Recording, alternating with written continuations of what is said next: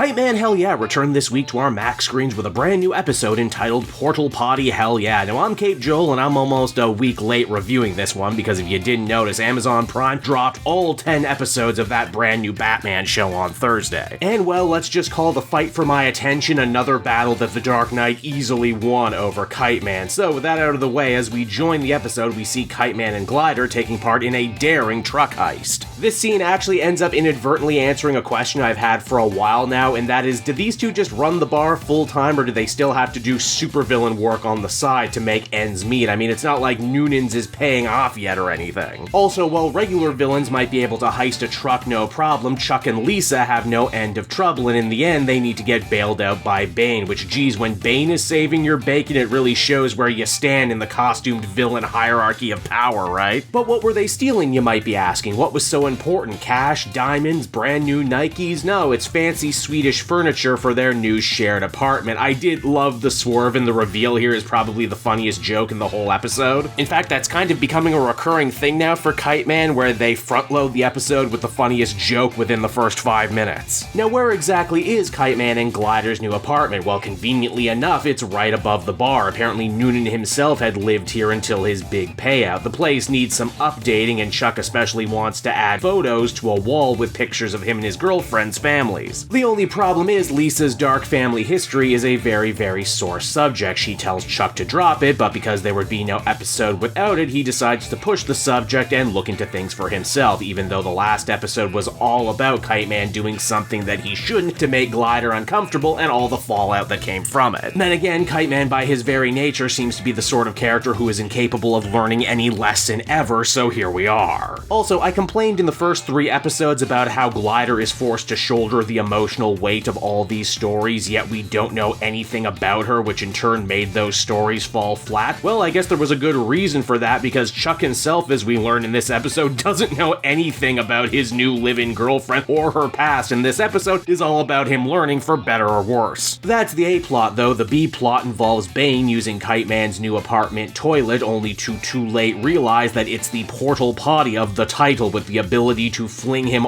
back in time on a journey to the 80s. Why yes, Noonan's does have a time-traveling toilet. What is so hard about this to grasp? It's number 2 to go back, number 1 to go forward, moving on. Also, I hope you like jokes about how things in the 80s are different than how they are now, how there were things that were acceptable in the 80s that were acceptable at the time, but not acceptable during this time, because that's like 50% of the jokes right there. Credit where credit is due, though, I love the 80s supervillain designs we get to see at Noonan's, which hasn't changed a bit in all the decades, including Sean Noonan himself, who has not aged a day by the looks of it. I wonder if there's more of a story to that. We get such standouts as 80s Riddler looking like a Whitesnake reject, a very not dead Scarecrow, and even deeper cuts like Batman's super thief Magpie complete with her triple mohawks, and even Superman romantic obsessive Maxima. These characters don't get any lines or anything, but I certainly appreciate all the work that went into rendering them in their retro glory. There's also the Insect Queen, who hits on Bane. She's interesting because sometimes she's an actual alien bug woman, but other times she's Superman's childhood friend Lana Lang in a bug costume. I bring up those little comic book factoids because they're much more interesting than her bits are funny. So far, every episode of Kite Man I've covered has at least one super groaner, and this episode's definitely belongs to Insect Queen. "Give me your clothes," she says in a clear parody of the Terminator, before saying, "Oh, I'm more of a predator girl. I mean a sexual predator." Again, that was a weak sauce joke to begin with, and then she just kind of said it again, which unfortunately is also another recurring theme for Kite Man when it comes to their humor. Fun voice acting fact, though, Insect Queen is actually voiced by Rhea Seehorn, who has been having a hell of a year in animation. She was another bug queen in Invincible, as well as Laura L. over in My Adventures with Superman. Thankfully, though, this episode gets much more interesting in the present as Chuck goes to meet Leonard Snart, aka Captain Cold, Glider's brother, who, why, yes, is yet another character who we can add to the ever-growing list who got recast in between Harley and now.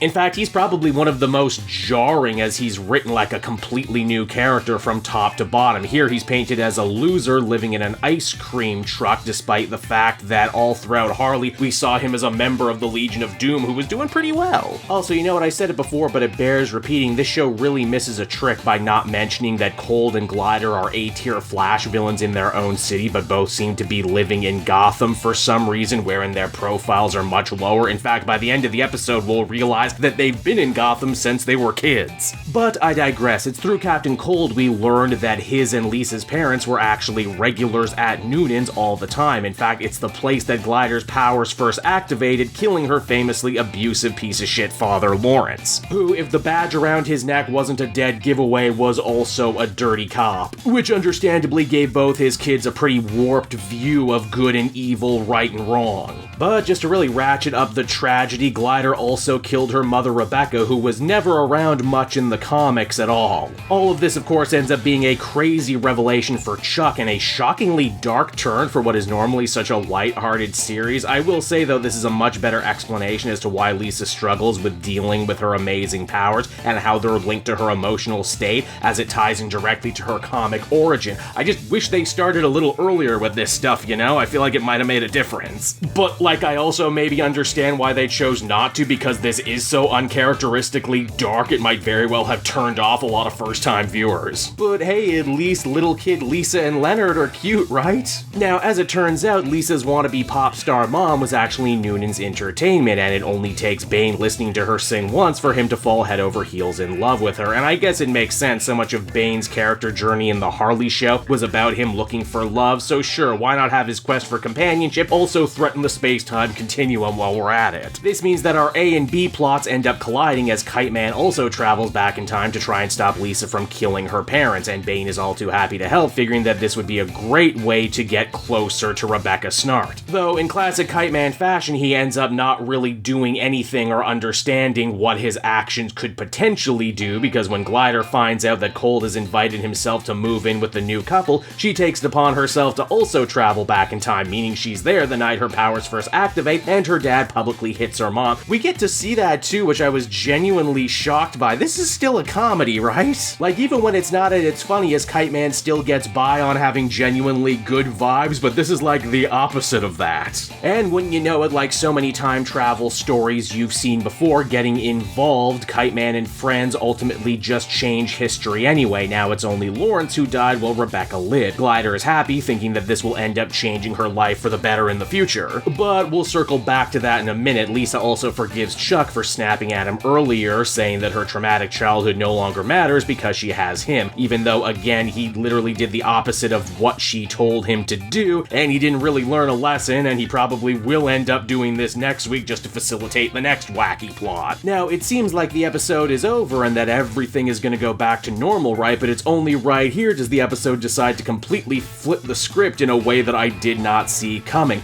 Glider's mom actually ends up disappearing from all the childhood photos in the future, and that's because after surviving, Rebecca ran off on her two kids. Bane even telling little Leonard that his mother died in the explosion anyway. Again, wow, what a dark twist, but I guess this kind of needed to happen, lest Captain Cold and Golden Glider might not even have grown up to be supervillains at all. But hey, if Rebecca ran off and lived, where is she now, and why haven't we seen her? Well, it seems that she's being held captive somewhere by some unseen third party. And so that was Portal Potty Hell Yeah, and honestly, I thought this episode was all over the damn place. Once again, it feels like Kite Man wants to have its cake and eat it too as a series. It wants to be a jokier, more irreverent version of Harley Quinn, yet also tackle dark subject matter and have emotional cores to each episodes, even when those things don't go together. It was one thing when Harley would decide to delve into darker drama because, well, she has more dramatic stories to call upon. She's a deeper, more nuanced character. Kite Man is not. In fact, to paraphrase a very nice comment I got in my last video, if Kite Man ever did get a clue, learn a lesson, or win a battle, he'd kind of cease to be Kite Man at all, right? Which probably goes a long way to explain why the first 4 episodes of this season have really been more about Golden Glider than him. And while I do like most of the stuff with Glider and Cold, learning about what makes them tick, getting to see them as kids, it all feels like stuff ripped from a completely different show tonally. And honestly, I'd probably be able to forgive the weird tone too if it weren't for the lack of jokes that hit. Once again, Kite Man seems to blow its wad super early when it comes to laugh, leaving us with a lot of dead air for the middle and end. Also, 4 episodes in, we got a lot of different mysteries beginning to pile up at the heart of Kite Man. We have all the stuff with the anti-life equation and whether or not Chuck will figure that out, Villigan's ongoing ongoing war with Noonan's, and now the fate of Golden Glider's mom. I don't know how the show is going to address all of these different stories, but I guess I'm invested enough to see how they do. And so that'll just about do it for me for another week, everyone. I hope you enjoyed the video. If so, be sure to check me out on social media so you always know when a new video is dropping. And I'll be back again next week. Until then, everyone,